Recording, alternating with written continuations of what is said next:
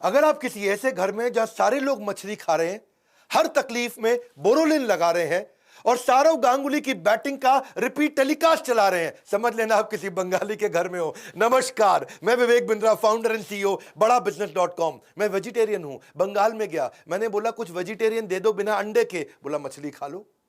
उनके लिए मछली वेजिटेरियन है। जौलेर फल, जल में उगने वाला फल है जी। ये फिश मार्केट शायद मुद्दा वहीं से आया था, जब इतने सारे लोग इतनी सारी मिलके बातें करते हैं। वैसे मारवाड़ी कहता है अगर आप पे कोई नींबू फेंके तो नींबू पानी का धंधा शुरू कर दो, और बंगाली कहता है अगर आप पे कोई नींबू फेंके तो दाल भात में निचोड़ के उसे खाना शुरू कर दो। सारी दुनिया कहती है तू पढ़ता क्यों नहीं है, अगले हफ्ते तेरे एग्जाम है। बंगाली माँ कहती है तू पढ़ता क्यों नहीं है, अगले साल तेरे एग्जाम है। माई लाइफ माई रूल्स सारी दुनिया बोलती है, बंगाली कहता है माई लाइफ लेकिन मां जो बोलबे ताई होबे। थोड़ा ये मामास बॉय होते हैं, और मैं भी थोड़ा बांग्ला सीख रहा हूं। बांग्ला एक मिष्टी लैंग्वेज है। मैं बीच में गया था वेस्ट बंगाल, वहां एक रिक्शा वाला मिला। मैंने कहा थाको थाको ओखाने जाबे, तो मैंने पूछा कतो टका, कितना पैसा? वो बोला 20 टका। 20 मतलब 20 रुपया। मैं बोला नो 15 टका।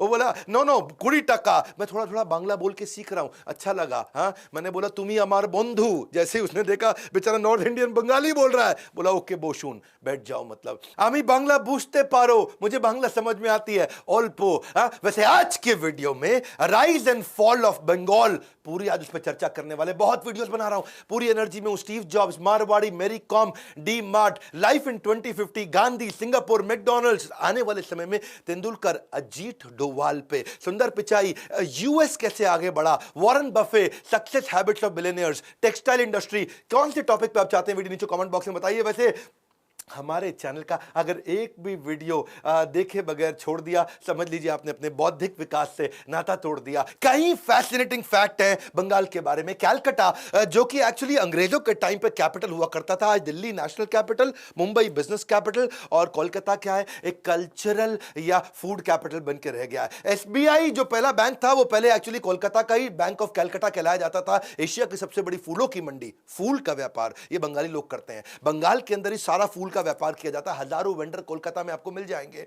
जो तरह तरह के फूल बेचते हुए। पहले क्रिकेट स्टेडियम बहुत आगे हुआ करता था इनका, ईडन गार्डन, अब इस समय तो आजकल नरेंद्र मोदी जी के नाम पे स्टेडियम आ गया है। पब्लिक लाइब्रेरी हमारे देश की सबसे बड़ी कोलकाता में है।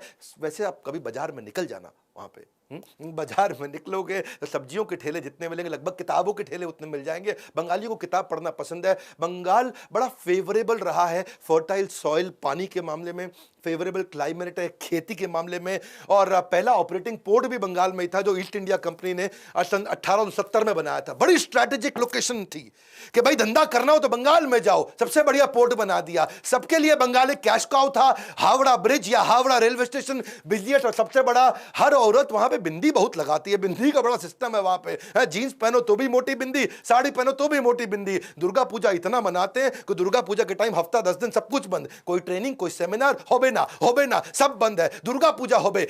वैसे काफी लोग श्री कृष्ण चैतन्य महाप्रभु को मानते हैं।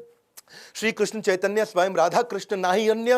वहां पे सिंगिंग, डांसिंग, पेंटिंग वगैरह में अपने आप को म्यूजिकल इंस्ट्रूमेंट में सारे बंगाली बिजी रखते हैं, दिन भर वही करते हैं इस समय। लिटरेचर, पोएट्री, डांस, म्यूजिक, ये 4 चीजें बच्चे को एक लेनी पड़ेगी। मेरी बात सुनो, 4 में से बच्चे को एक लेनी पड़ेगी, लिटरेचर, पोएट्री, डांस या music. Extra curricular, extra course skill नहीं लेते हैं ये लोग। बंगाली तो वैसे कहते हैं कि बंगालियों का जन्म या तो गाने के लिए या लिखने के लिए हुआ है। दुनिया के सारे गंदे काम बाकी लोग करेंगे, इनके लिए गाने और लिखने के अलावा सारे काम गंदे काम होते हैं। ये कहते हैं कि बाकी गंदे काम बाकी दुनिया करेगी।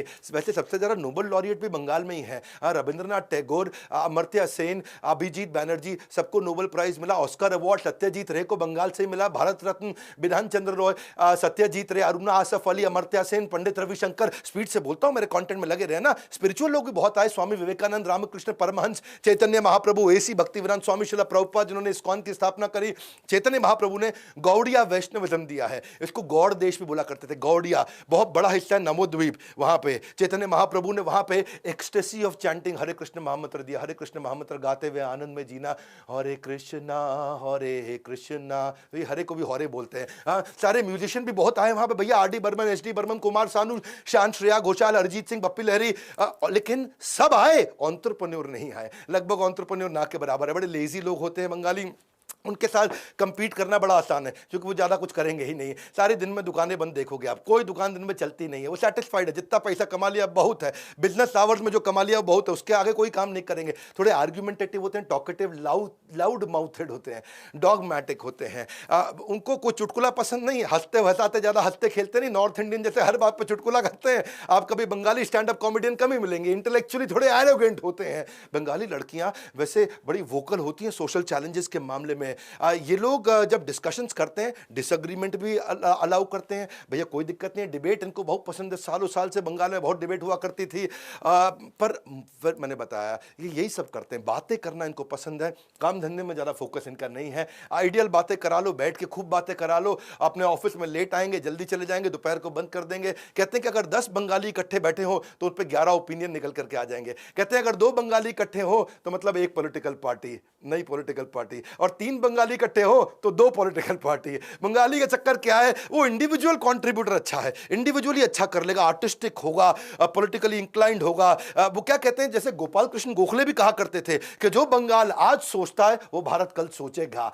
ये रिस्क नहीं लेते हैं जिंदगी के अंदर, कम कम्युनिटी में रहते हैं। बंगाली बंगाली के साथ ही बंधु, तुम ही अमर बंधु, तो बंगाली बंगाली के साथ ही दोस्ती करता, दूसरों पर ट्रस्ट करता ही नहीं, दूसरों के साथ रहता नहीं, क्लोज कम्युनिटी में रहते हैं। जैसे आप जानते हैं एक वेस्ट बंगाल दिल्ली के अंदर भी है, सीआर पार्क। ये थोड़े इसीलिए रेसिस्ट भी कभी कभी माने जाते हैं। इनके ऊपर थोड़ा सा ये आरोप लगता है कि भाई एम्बिशियस नहीं है। एवरेज इंडियन थोड़ा एम्बिशियस होता है, भाई कुछ बड़ा करेंगे। हाँ, जैसे गुजराती क्या बोलता है, जीवन में कहीं मोटू करवो, इनको कुछ नहीं मोटू है। इनका क्या है, जीवन में घुमा अच्छे, घुमा अच्छे मतलब दाल भात खाबे, घुमा अच्छे, घुमा अच्छे मतलब घूमने नहीं जाते, घुमा अच्छे मतलब सोने चले जाते हैं। ये बांग्ला वर्ड है घुमा अच्छे। हाँ, तो बंगाली का फैक्ट क्या है भैया, ये बंगाल के बाहर बंगाली फिर भी सफल है, बंगाल के अंदर क्या है। वैसे दुनिया में कितने बंगाली मालूम, लगभग 30 करोड़ हैं। 10 करोड़ वेस्ट बंगाल में है, 16 करोड़ बांग्लादेश में है, और बाकी थोड़ा आसाम, बिहार, त्रिपुरा, उड़ीसा में और मेघालय में भी हैं, और दुनिया के कुछ देशों में हैं। ये अपनी पुरानी जिंदगी की खूब बात करते हैं, क्योंकि पहले बंगाली बहुत सफल हुआ करते थे ना। अतीत की सुखद बातें करना इनको अच्छा लगता है। The favourite time pass is their pass time, जो पहले हुआ करता था बंगालियों के विषय में। थोड़ा बड़ा नॉस्टैल्जिक रहते हैं, उसको लेकर थोड़ा एक्साइटेड रहते हैं। और लेकिन नोबल लॉरियट्स की अपनी बात करते हैं। पर सच्चाई, आज सच्चाई क्या है, आज Gujarat is one of the most wealthiest state, पर Bengal is most densely populated state. ऐसा समझो कि गुजरात की जो per capita income, individual Gujarati की इनकम, आज एक गुजराती की एवरेज इनकम 2,52,000 रुपया साल की, पर बंगाल की उसकी आधी भी नहीं है, 1,15,000 रुपया। 2,52,000, 1,15,000। आज आपको पता है कि national crime records bureau NCRB कहता है कि पूरे देश के अंदर सबसे ज्यादा औरतों को अगर बेचा जाता है, बच्चों को बेचा जाता है, ह्यूमन ट्रैफिकिंग एंड अब्यूज, तो उसके अंदर बंगाल नंबर 1 पे है। इस समय इतना बुरा हाल है बंगाल के अंदर। 3/4 यानी कि 75% पॉपुलेशन तो केवल गांव के अंदर रहती है। बुरा हाल है, इतनी गरीबी है कि आज पूरे देश में 4 लाख भिखारी है, उनमें से लगभग 1 लाख खाली बंगाल के अंदर है। सुन लो भैया, 4 लाख भिखारी पूरे देश में, उसमें से 1 लाख खाली बंगाल के अंदर। इतना भिखारी है। Union ministry of social justice बोल रहा है, ये मैं नहीं बोल रहा हूं। गरीबी इतनी ज्यादा इसलिए क्योंकि अर्बनाइजेशन नहीं हो रहा, शहरीकरण नहीं हो रहा है, इंफ्रास्ट्रक्चर कमजोर है, वहां एंटरप्रेन्योर नहीं पैदा हुए ना, बेसिकली वहां पे बिजनेस नहीं कोई करता है, वहां बिजनेस जो हुए बंद हो गए, इलिटरेसी बहुत है वहां पे, आइडियल है, लोग खाली बैठे हैं। हाँ, कि होबे ना, कुछ होबे ना, हाँ किचु होबे ना। हाँ, वहां एक्सप्लॉइटेशन हुआ पैसे वाले लोगों का, पुअर इंफ्रास्ट्रक्चर, यानी कि जब रोड नहीं चलेगी, रेल नहीं होगी, एयर नहीं होगा, जब एजुकेशन इंस्टीट्यूशन नहीं होंगे, हॉस्पिटल, फ्लाईओवर्स नहीं होंगे, जब कोई स्पेशल इकोनॉमिक जोन या होटल्स नहीं होंगे। वैसे तो पहला अंडरग्राउंड मेट्रो अंग्रेजों के टाइम पे कोलकाता में बनाया, लेकिन आज किधर रह गया, खत्म हो गया। पहला इलेक्ट्रिक ट्राम सिस्टम वहां 1902 का बना था, आज उसको शट डाउन कर दे क्योंकि ट्रैफिक कंजेशन होता है। National institute of rural development वो कहता है कि 9 डिस्ट्रिक्ट तो बंगाल के ऐसे हैं जो हाई पावर्टी रीजन में आते हैं और बाकी सारे मीडियम पावर्टी रीजन में आते हैं। वेस्ट बंगाल को सबसे गरीब राज्यों में उसका नाम दे दिया। क्यों दे दिया? ये आज एम्बैरेसमेंट है, शर्म की बात है लेफ्ट सरकार के लिए, उनके लिए। देखो ना, दार्जिलिंग, जलपाईगुड़ी, कूच बिहार, नॉर्थ साउथ दिनाजपुर, मालदा, मुर्शिदाबाद या नदिया, नवद्वीप जिसको बोलते हैं, बीरभूम, और ये सब में तो 40 से 60% लोग बिलो पावर्टी लाइन रह रहे हैं। पावर्टी क्यों होती है? जब किसी शहर में किसी गांव के साथ ट्रांसपोर्टेशन ही ना हो तो शहर के साथ वहां बिजनेस होगा नहीं, तो वहां गरीबी और बढ़ जाती है क्योंकि ट्रांसपोर्टेशन की वहां दिक्कत है। पावर्टी कब खत्म होती है? जब आप इकोनॉमिक प्रोडक्शन के जोन के नजदीक आ जाते हैं, जहां व्यापार बिजनेस हो रहा हो, जब उसके नजदीक रहते हैं तो वहां पे तनख्वाहें मिलती हैं, नौकरियां मिलती हैं। लेकिन हुआ क्या? वेस्ट बंगाल बन गया।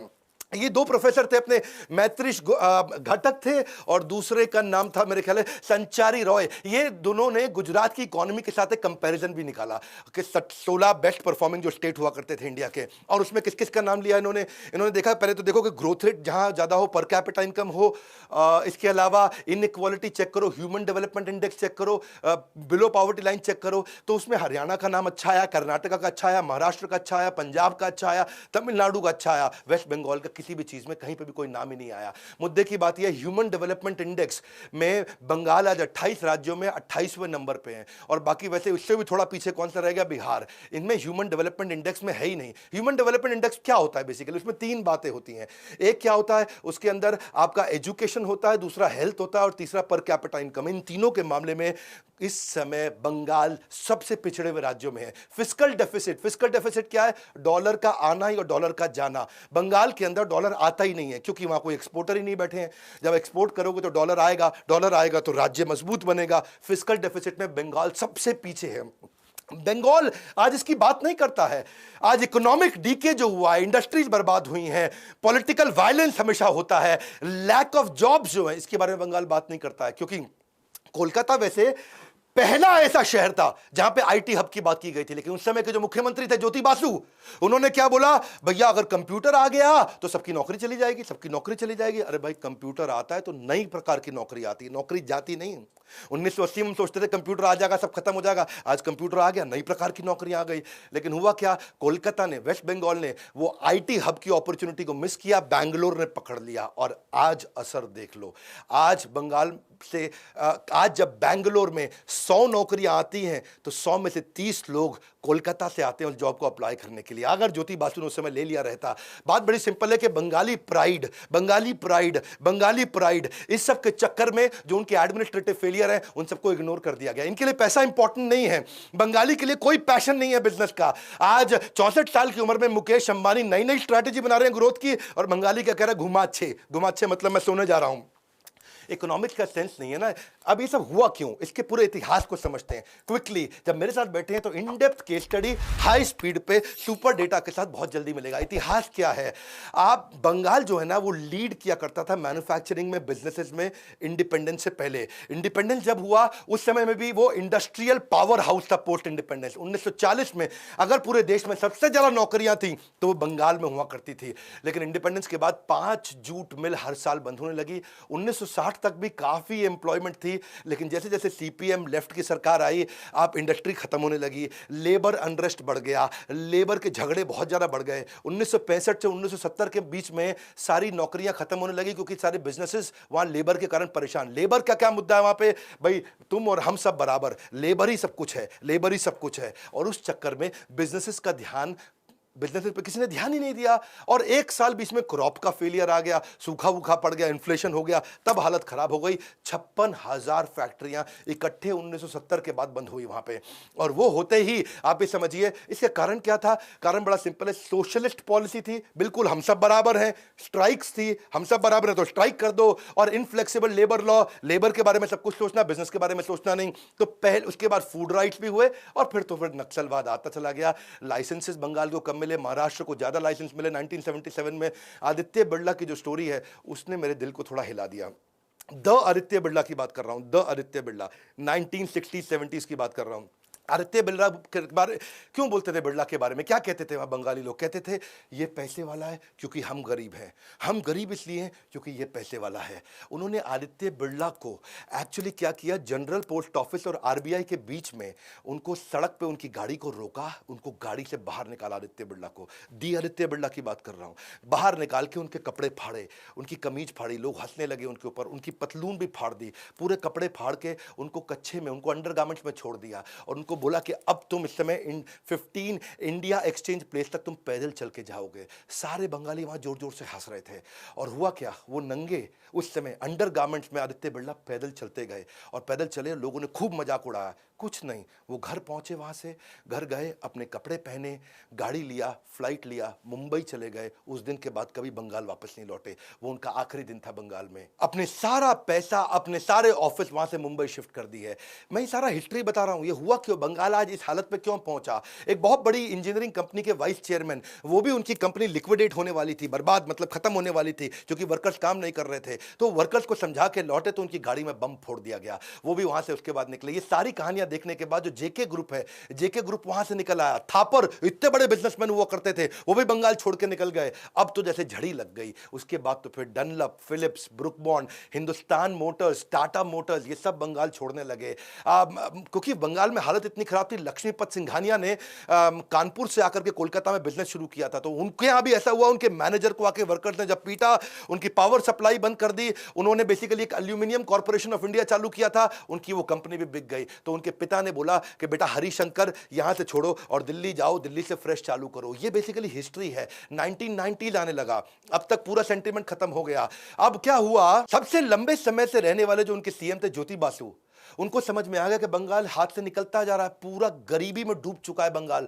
अब तो भैया कुछ बिजनेस लाने पड़ेंगे, लिबरलाइजेशन का समय आ गया। वो दुनिया भर में ट्रैवल करने गए, आओ बंगाल में आओ बिजनेस करो, बंगाल में आओ बिजनेस करो। उनकी मानसिकता बदली, सीपीएम की मानसिकता बदली कि भैया बिजनेस तो लाने पड़ेंगे यहाँ पे। और जब वो गए और दुनिया में लोगों ने उनकी सुनी नहीं आए लोग बिजनेस के लिए वहां पे। एक्स फैक्ट्री आउटपुट के मामले में 91 में जब वो 6% थे, वो 2001 आते आते 3.9% रह गया। यानी कि इतना प्रयास करने के बावजूद और आधा हो गया। केवल 6% बिजनेसेस बंगालियों के थे, 94% बिजनेस बंगाल के बाहर के लोग आके बंगाल में कर रहे थे। छोटे छोटे जो बिजनेस हुआ करते थे। बंगाल जो एक समय में बिजनेस कैपिटल था, अब वो बीमारू राज्य बन चुका था। बहरहाल रतन टाटा सोचे कोई बात नहीं, 2006 में मैं आता हूं, मैं बंगाल के अंदर चालू करूंगा टाटा नैनो। उन्होंने अनाउंस कर दिया 1 लाख रुपए में लटक किया गाड़ी, और उन्होंने सिंगूर के अंदर फैक्ट्री लगाने का प्लान किया। वर्ल्ड चीपेस्ट गाड़ी बनाऊंगा 1 लाख के अंदर, और उनका प्लान किया था 2008 तक इस गाड़ी को रोल आउट कर दूंगा। वेस्ट बंगाल एंटी इंडस्ट्री माना जाता था।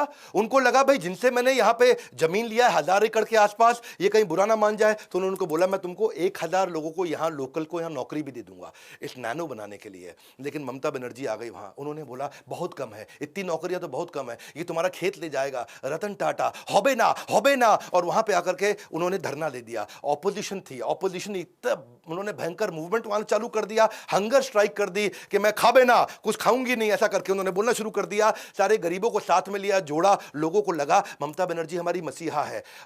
हाँ ठीक है, मसीहा बनी उनके लिए, लेकिन रिजल्ट क्या हुआ, टाटा नैनो की फैक्ट्री वहां खत्म हो गई। टाटा नैनो पे ताला लग गया, और जैसे ताला लगा रतन टाटा ने अनाउंस कर दिया कि ठीक है जी, सिंगूर के अंदर हम बिजनेस कर नहीं सकते क्योंकि इतना लंबा धरना प्रदर्शन हमारे खिलाफ चल रहा है। हम तो आके आप सबको नौकरियां देने वाले थे, ना बिजनेस करने वाले थे। जैसे ही ऐसा हुआ, हरियाणा ने बोला रतन टाटा जी को आप हमारे यहाँ आ जाओ, महाराष्ट्र ने बोला हमारे यहाँ आ जाओ। तभी उन्होंने जेब से मोबाइल निकाला, उनको एक SMS आया, और SMS पे लिखा था वेलकम टू गुजरात नरेंद्र मोदी। तो उन्होंने नरेंद्र मोदी जी को फोन किया, बोला आप मुझे गुजरात बुलाना चाहते हैं? बोले हाँ आप गुजरात आइए। बोला कितने दिन में जमीन मिल पाएगा मुझे, बहुत मुश्किल होगा। तो नरेंद्र मोदी ने उनको बोला जल्दी दे देंगे जमीन। तो उन्होंने बोला जल्दी, आप सब पॉलिटिशियंस की मुझे समझ नहीं आती। नरेंद्र मोदी ने उनको 3 दिन के अंदर 1100 एकड़ जमीन दिया। फाइनली टाटा मोटर्स सिंगूर से सानंद गुजरात चला गया। खैर मीडिया ने बोला ये गुजरात का गेन था और बंगाल का लॉस था। बहरहाल ममता बनर्जी को फायदा हुआ, लोगों को लगा कि हमारी मसीहा है, वो मुख्यमंत्री बन गई। अब बंगाली जो है ना, वो चीटिंग में बिलीव नहीं करता है। बंगाली कभी उसको नीचे नजर से देखा जाता है, चीटिंग को, चोरी को, वो इस सब में बिलीव नहीं करता। लेकिन समस्या क्या है, वो आलसी है। आलसी होने के कारण आज बंगाल खत्म होता चला गया। हम सब बराबर है, हम सब बराबर है, इसके पास पैसा इसलिए क्योंकि मैं गरीब, मेरे गरीब इसलिए क्योंकि इसके पास पैसा। इसी मानसिकता ने बंगाल को खत्म किया। वो लेकिन इसमें अच्छी बातें क्या हैं, इनमें मिठास बहुत है, अंदर ही अंदर मिष्टी मिष्टी, खाने में भी मिष्टी, बोलने में भी मिष्टी, गाने में भी मिष्टी। इनका कल्चरल लैंग्वेज, उनकी आइडेंटिटी में सब कुछ मिष्टी। बंगाली दूसरी मोस्ट वाइडली स्पोकन लैंग्वेज है हमारे देश में, और दुनिया में 8वीं सबसे ज्यादा बोले जाने वाली भाषा है। वैसे तो त्रिपुरा की भी ऑफिशियल लैंग्वेज, अंडमान निकोबार, आसाम, यहां पर भी बंगाली बहुत बोली जाती है। स्वीटेस्ट लैंग्वेज माना गया, यूनेस्को ने बोला है। बंगाली में कोई जेंडर नहीं होता है, हाँ, कोई पुल्लिंग स्त्रीलिंग नहीं होता है। उल्लू ध्वनि बहुत करते हैं, जब भी कुछ अच्छा होता है ऐसा उल्लू ध्वनि करते हैं, ये वोकल साउंड निकालते हैं। वैसे एक बार एक बंगाली लड़की मुझे मिली और मेरे को देख के बोली हॉट। मैंने कहा हॉट बोल रही है मेरे को, बाद में समझ में आया कह रही है साइड हॉट, साइड हटने को बोल रही थी। क्योंकि इनके यहाँ क्या ए नहीं होता, हर चीज में ओ होता है। वैसे तो एक दोस्त ने दूसरे दोस्त से पूछा कि तूने डोंगल देखा है? उसने बोला कौन सा डोंगल, एयरटेल का के रिलायंस का? नोई नोई, आमिर खान का डोंगल। वो दंगल मूवी की बात कर रहा था। बंगाल में एक मतलब नहीं रहता है, कुछ वर्ड्स वहां पे अलग प्रोनाउंस किए जाते हैं। हमारे को एक बारी बुलाया भी था किसी ने कि भाई हमारे घर पे भोजन के लिए आइएगा, तो हम लोग भी तैयार होकर पहुंच गए, भोजन मिलेगा। तो वहाँ कुछ बंगाली लोग गा रहे थे, हाँ अच्छे से गा रहे थे। और बाद में जब 1-1.5 घंटा बैठे, कोई गाना ख़त्म हुआ, तो हमने कहा अब, बोला कुछ नहीं, कल फिर आइए 1 बजे भोजन पे। तो हमें बाद में समझ में आया वो भोजन नहीं था, भजन को भोजन बोलते हैं वो। भोजन होने वाला है हमारे यहाँ, भोजन कीर्तन, तुम्हें भोजन कीर्तन कौरबे। वैसे तो बंगाली बोलते भी मीठा है और गाते भी मीठा है। एक बात बोलूँ, इस वीडियो को ऑफेंस की तरह मत लीजिएगा, मेरा सजेशन है इसमें से लर्निंग लेते हैं। पढ़े लिखे होने से अच्छा है पढ़ते लिखते रहना। वन मोर टाइम, क्या पढ़े लिखे से होने से अच्छा है पढ़ते लिखते रहना। अनपढ़ वो नहीं जो पढ़ नहीं पाते, अनपढ़ तो वो हैं जो सीखना नहीं चाहते। वही प्रैक्टिकल लैंग्वेज चाहिए, क्योंकि अगर ऐसे ही पढ़े रहोगे तो आगे चल के बहुत पड़ेगी। जमाना बदल रहा है। शेयर करिएगा इस वीडियो को। आज नंबर 1 एंटरप्रेन्योरशिप चैनल वर्ल्ड में हमारा बना है। पढ़े हो किस चक्कर में, हाथ जोड़ के, कोई नहीं है टक्कर में। और वैसे अगर आप भी अगर बिजनेस ग्रो करना चाहते हैं, पूरे बंगाल में शेयर करिए। हमारे चैनल के विषय में हम लाइफ टाइम मेंबरशिप दे रहे हैं इस समय, ताकि आप भी आकर के लाइफ टाइम मेंबरशिप से पूरा फायदा उठाएं। वैसे इस वीडियो में ना हमने पक्ष की बात करी ना विपक्ष की बात करी, हमने केवल निष्पक्ष बात करी। वीडियो को शेयर जरूर करिएगा ताकि हम बंगालीज में वो इंस्पिरेशन ला सकें। जैसे गुजरात आगे बढ़ा, वैसे ही बंगाल को आगे बढ़ना चाहिए। हमारे साथ जुड़े रहने के लिए, वीडियो को शेयर करते रहने के लिए, कमेंट बॉक्स में अपनी फरमाइश देने के लिए, लाइक करके उत्साह बढ़ाने के लिए आप सबका हृदय की गहराइयों से प्रेम पूर्वक मुस्कुराहट के साथ बहुत बहुत धन्यवाद।